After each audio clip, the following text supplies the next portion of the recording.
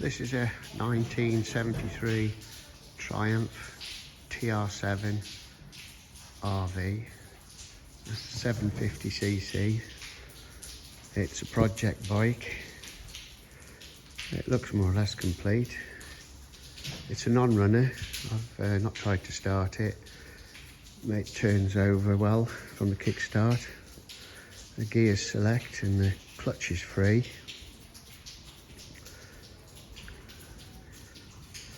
The brakes aren't working. The exhaust's loosely fitted.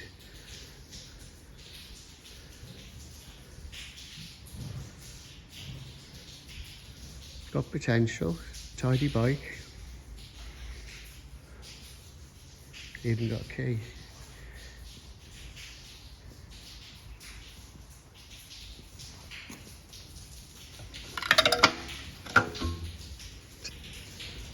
Tank looks good inside.